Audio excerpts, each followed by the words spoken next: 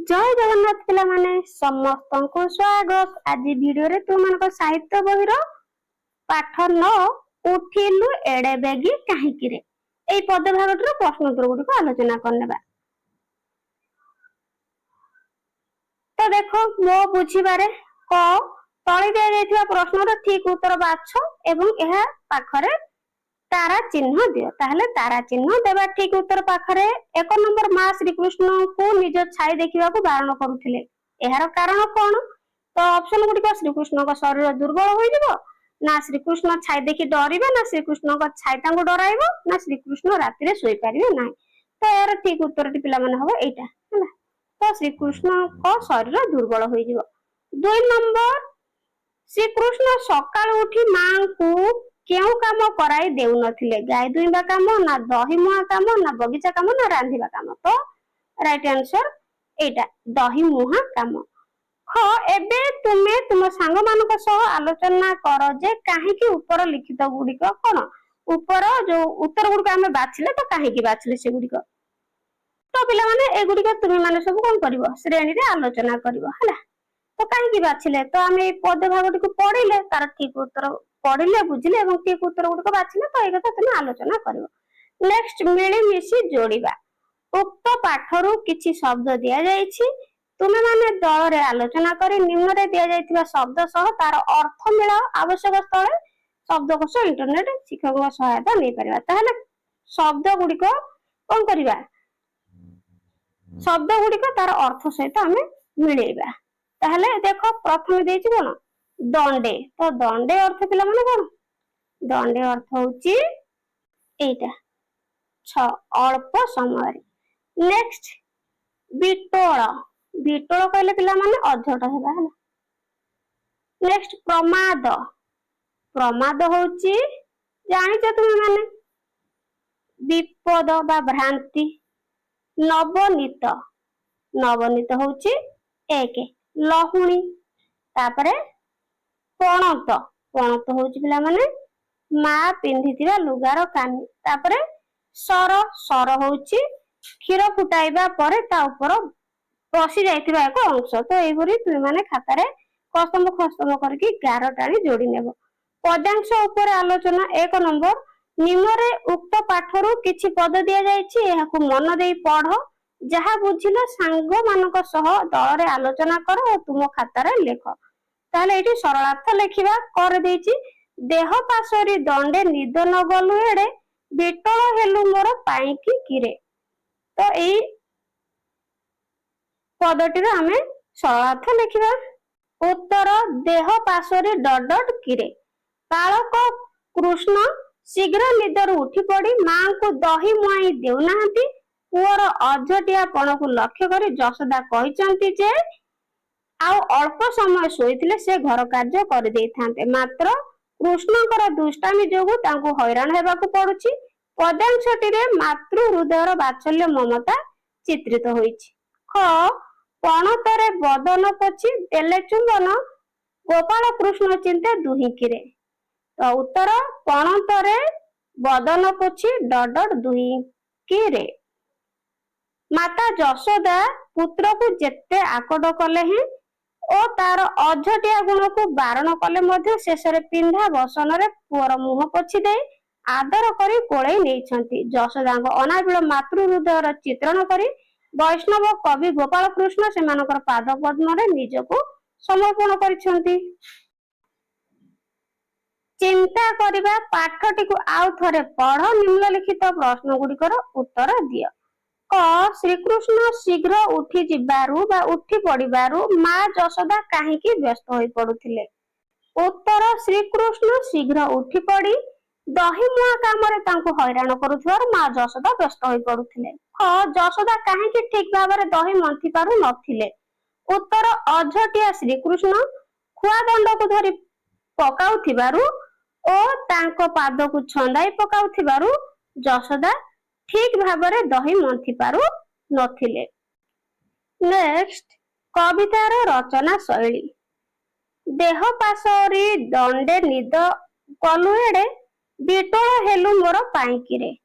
खेलिबु राम तुले ପଛେ ରାତି ପାହିଲେ ଶୁଆଇ ଦେବି ଗୀତ ଗାଇକିରେ। ଏହି ପଦରେ ଥିବା ଦୁଇଟି ପାଦର ଶେଷ ପଦ ଗୁଡିକୁ ଦେଖ। ତ ଶେଷ ପଦ ଗୁଡିକୁ ଦେଖ, ପାଇଁକିରେ ଓ ଖାଇକିରେ ଦୁଇଟି ଶବ୍ଦର ଶେଷ ଧ୍ୱନି ହଉଛି ଏକା। ଏହାକୁ ସମତାୟନ ଶବ୍ଦ କୁହାଯାଏ। ତ ପାଇଁକିରେ, କାହିଁକିରେ, ଗାଇକିରେ, ତ ଏଇ ସବୁ କଣ ସମତାୟନ ଶବ୍ଦ। ଏହି କବିତାର ପ୍ରତ୍ୟେକ ପଦ ଶେଷରେ ସମତାୟନ ଶବ୍ଦ ରହିଛି। ଏଥିପାଇଁ କବିତାଟି ଅଧିକ ପ୍ରଭାବଶାଳୀ ହୋଇପାରିଛି। ତ କରେ ପଚାରିଛି, ଏଇ କବିତାକୁ ଆଉ ଥରେ ପଢ ଓ ସାଙ୍ଗ ମାନଙ୍କ ସହ ମିଶି ସେଥିରେ ଥିବା ସମତାୟନ ଶବ୍ଦ ଗୁଡିକର ଏକ ତାଲିକା ପ୍ରସ୍ତୁତ କର। ତାହେଲେ ସମତାୟନ ଶବ୍ଦ ଗୁଡିକ କଣ ଅଛି ତାର ଗୋଟେ ତାଲିକା ପ୍ରସ୍ତୁତ କରିବା। ଉତ୍ତର, କବିତାରେ ବ୍ୟବହୃତ ଯେଉଁ ଶବ୍ଦ ଗୁଡିକର ଶେଷ ଧ୍ୱନି ଏକ ବା ଏକା ପ୍ରକାରର ହୋଇଥାଏ ହେଲା, ଯେଉଁ ଶବ୍ଦ ଗୁଡିକର ଶେଷ ଧ୍ୱନି ଏକା ପ୍ରକାରର ହୋଇଥାଏ ସେଗୁଡିକୁ ସମତାୟନ ଶବ୍ଦ କୁହାଯାଏ। ଆମେ ପଢିଥିବା କବିତାରେ କେତେ ଗୁଡିଏ ସମତାୟନ ଶବ୍ଦ ରହିଛି ଯାହା କବିତାଟିକୁ ଅଧିକ ପ୍ରଭାବଶାଳୀ କରିପାରିଛି।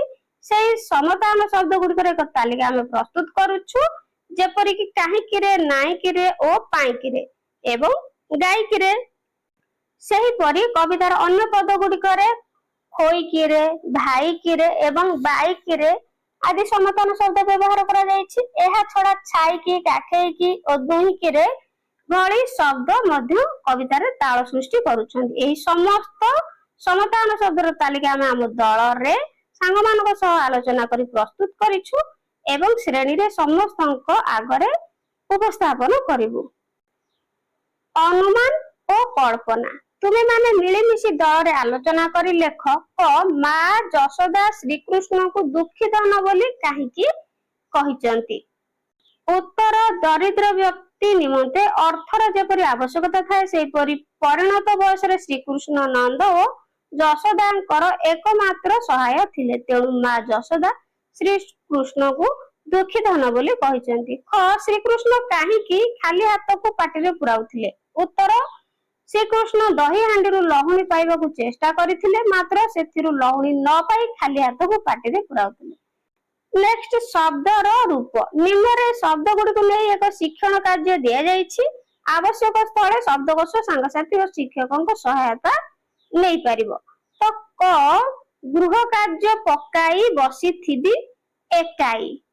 ତ ଏହି ପଂକ୍ତିରେ ଏକାଇ ଶବ୍ଦ ଦିଆଯାଇଛି। ଏକାଇ ଶବ୍ଦ ପାଇଁ ଆମେ ଏକୁଟିଆ ଶବ୍ଦକୁ ମଧ୍ୟ ବ୍ୟବହାର କରିପାରିବା। ଉକ୍ତ କବିତାରେ ଏହିପରି କିଛି ଶବ୍ଦ ଅଛି ଯାହାକୁ ଅଲଗା ଭାବରେ ଲେଖାଯାଇ ପାରିବ ଓ କୁହାଯାଇ ପାରିବ। ତଳେ କିଛି ଶବ୍ଦ ଦିଆଯାଇଛି, ସେଇ ଶବ୍ଦକୁ ଅନ୍ୟ ରୂପରେ ଲେଖ। ତ ଲେଖିବା, କଣ ତଳେ ଶବ୍ଦ ଦିଆଯାଇଛି ଦେଖିବା। ଦେଖ, ବେଗୀ। ତ ପିଲାମାନେ ବେଗୀ ହେଲେ କଣ? ଶୀଘ୍ର ହେଲା। ଆଉ କଣ ହେଇପାରିବ? ସଳ, ହେଲା, ଶୀଘ୍ର। ନେକ୍ସଟ, କେମନ୍ତ। କେମନ୍ତ ହେଲେ କିପରି ହେଲା, କିପରି। ନେକ୍ସଟ, ତୁଲେ। ତୁଲେ କହିଲେ ସହିତେ। କଣ ପିଲାମାନେ? ସହିତେ। ତାପରେ ବାଇକି। ବାଇକି ମାନେ କଣ? ବାୟାକି ହେଲା, ବାଇକି ମାନେ ବାୟାକି। ନେକ୍ସଟ, ଖୋଇକି। ତ ଖୋଇକି ପିଲାମାନେ କଣ? ଖୁଆଇ ହେଲା, ଖୁଆଇ। ନେକ୍ସଟ, ଭାଇକି। ଭାଇକି ଅର୍ଥାତ ଭାଇ କୁ ଆଉ ହେଲା, ଭାଇ କୁ। ଏମିତି ତୁମେ ମାନେ ଲେଖି ନବ। ନେକ୍ସଟ, କବିତାର କିଛି ସ୍ତମ୍ଭ, କିଛି ଶବ୍ଦ କ ସ୍ତମ୍ଭରେ ଏବଂ ଏହାର ଅର୍ଥ ଖ ସ୍ତମ୍ଭରେ ଦିଆଯାଇଛି। ତାହେଲେ କ ସ୍ତମ୍ଭର ଶବ୍ଦ ସହ ଖ ସ୍ତମ୍ଭରେ ଥିବା ସମାନ ଅର୍ଥବୋଧକ ଶବ୍ଦକୁ ମିଳାଅ। ତାହେଲେ କ ସ୍ତମ୍ଭର ଶବ୍ଦ ସହିତ ସମାନ ଅର୍ଥ ଥିବା ଯାହାକି ଖ ସ୍ତମ୍ଭରେ ରହିଛି ସେଗୁଡିକ ମିଳେଇବା। ପ୍ରଥମେ ଦେଖ, ଖୁଆ ଦଣ୍ଡ। ଖୁଆ ଦଣ୍ଡ କହିଲେ ଏଇଠି ଅଛି ଦହି ମୁଆଁ ବାଡି। ଦେହ, ଦେହ ସହିତ ଶରୀର, ତନୁ। ତାପରେ ନବନୀତ, ନବନୀତ କହିଲେ ଲହୁଣୀ, ଦଧିଚ। ମଥନ ଘଟ, ମଥନ ଘଟ ହଉଛି ଏଇଟା ଦଧି ଭାଣ୍ଡ, ଦହିମୁଆଁ, ମାଠିଆ। ରାତି, ରାତି ହଉଛି ରାତ୍ରି। ନିଶା, ନିଶି। ଗୃହ, ଗୃହ ହଉଛି ଘର, ପ୍ରାସାଦ। ତ ତୁମେ ମାନେ ଏଇଭଳି ଭାବରେ ଗାର ଟାଣିକି ମିଳେଇ ନବ। ବର୍ଣ୍ଣ, ପରିବର୍ତ୍ତନ।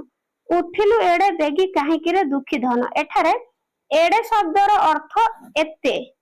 ଏଠାରେ ଡ ଏବଂ ତ ଏବଂ ଟ ବର୍ଣ୍ଣ ପରସ୍ପର ଠାରୁ ଭିନ୍ନ, କିନ୍ତୁ ଡ ପରିବର୍ତ୍ତେ ତ ଲେଖିଲେ ତାର ଅର୍ଥ ପରିବର୍ତ୍ତନ ହେବ ନାହିଁ। ଏଡେ ଅର୍ଥାତ ଏତେ କିଛି ପରିବର୍ତ୍ତନ ହେଉଛି କି ହେଉନାହିଁ। ତେଣୁ ଏହିଭଳି କିଛି ଶବ୍ଦ ପାଠରୁ ଖୋଜି ବା ଶିକ୍ଷକଙ୍କ ସହାୟତା ନେଇକି ଲେଖିବା। ତ ଏଠି ଲେଖି ଦଉଛି, ଯେମିତି କି ଲେଖିବ ଭାଇ କି, ହେଲା, ଅର୍ଥ ହଉଛି କଣ, ଭାଇ କୁ। ସେଇଭଳି ଛାଇ କି, ଛାଇ କି କଣ ହବ, ଛାଇ କୁ, ହେଲା, ଛାଇ କୁ। ସେଇଭଳି ଦୁହିଁ କି, ଦୁହିଁ କି ଅର୍ଥାତ ଦୁହିଁ କୁ, ହେଲା, ଦୁହିଁ କୁ। ଏମିତି ତୁମେ ମାନେ ଏଇ ତିନୋଟି ଲେଖି ନବ କବିତାରେ ଯାହାକି ତୁମ ମାନଙ୍କର ଅଛି। ନେକ୍ସଟ, ପଦର ଭାବାର୍ଥ। ନିମ୍ନରେ କ ସ୍ତମ୍ଭରେ କିଛି ପଂକ୍ତି ଓ ଖ ସ୍ତମ୍ଭରେ ଏହାର ଭାବାର୍ଥ ଦିଆଯାଇଛି। ଗାର ଟାଣି ପଂକ୍ତି ସହିତ ଭାବାର୍ଥକୁ ଯୋଡ଼। ତାହେଲେ କ ସ୍ତମ୍ଭରେ ପଂକ୍ତି ଅଛି, ଖ ସ୍ତମ୍ଭରେ ଭାବାର୍ଥ ଅଛି, ତ ପଂକ୍ତି ସହିତ ଭାବାର୍ଥକୁ ଯୋଡ଼ିବା। ତାହେଲେ ଯୋଡ଼ି ନେବା। 1 ନମ୍ବରରେ ଦେଇଛି ଖେଳିବୁ ରାମ ତୁଲେ ପଛେ ରାତି ପାହିଲେ। ତାହେଲେ ଏଇଟା ଯୋଡ଼ିବା ପିଲାମାନେ 3 ସହିତ। ମା ଯଶୋଦା ଶ୍ରୀକୃଷ୍ଣଙ୍କୁ ରାତି ପାହିଲେ ଭାଇ ବଳରାମଙ୍କ ସହ ଖେଳିବୁ ବୋଲି କହୁଛନ୍ତି। 2ରେ ଆହା କି ପ୍ରମାଦ ଛଳନା ବାବୁ ପାଦ। ତାହେଲେ ଏଇଟା ହଉଛି ଏଇଟା କ। ଶ୍ରୀକୃଷ୍ଣ ମାଙ୍କ ଗୋଡକୁ ନିଜ ଗୋଡରେ ଛନ୍ଦି ଦେଇଛନ୍ତି, ତେଣୁ ମା ଯଶୋଦା କୃଷ୍ଣଙ୍କୁ ଏଭଳି ଦୁଷ୍ଟାମି କରିବାକୁ କହିଛନ୍ତି। ନେକ୍ସଟ 3ରେ ଗୃହ କୃତ୍ୟ ପକାଇ ବସିଥିବି ଅନାଇ।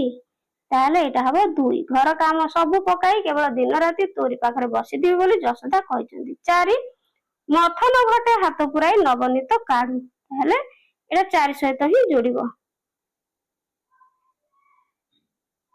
ଯଶୋଦା ଶ୍ରୀକୃଷ୍ଣଙ୍କୁ ହାତ ପୁରାଇ ଲହୁଣୀ କାଢୁଥିବା କଥା କହିଛନ୍ତି। ତ ଇଏ ଥିଲା ତୁମ ମାନଙ୍କର ପ୍ରଶ୍ନୋତ୍ତର। ଏତିକିରେ ସରିଛି। ଆଶା କରୁଛି ଭିଡିଓଟି ହେଲ୍ପଫୁଲ ହେଇଥିବ। ଚ୍ୟାନେଲରେ ନୂଆ ଥିଲେ ଚ୍ୟାନେଲକୁ ସବସ୍କ୍ରାଇବ କରିବା ପାଇଁ ଜମାରୁ ଭୁଲିବେନି, ହେଲା। ଆଉ ଭିଡିଓକୁ ଗୋଟେ ଲାଇକ୍ କରିଦେବେ। ଥ୍ୟାଙ୍କ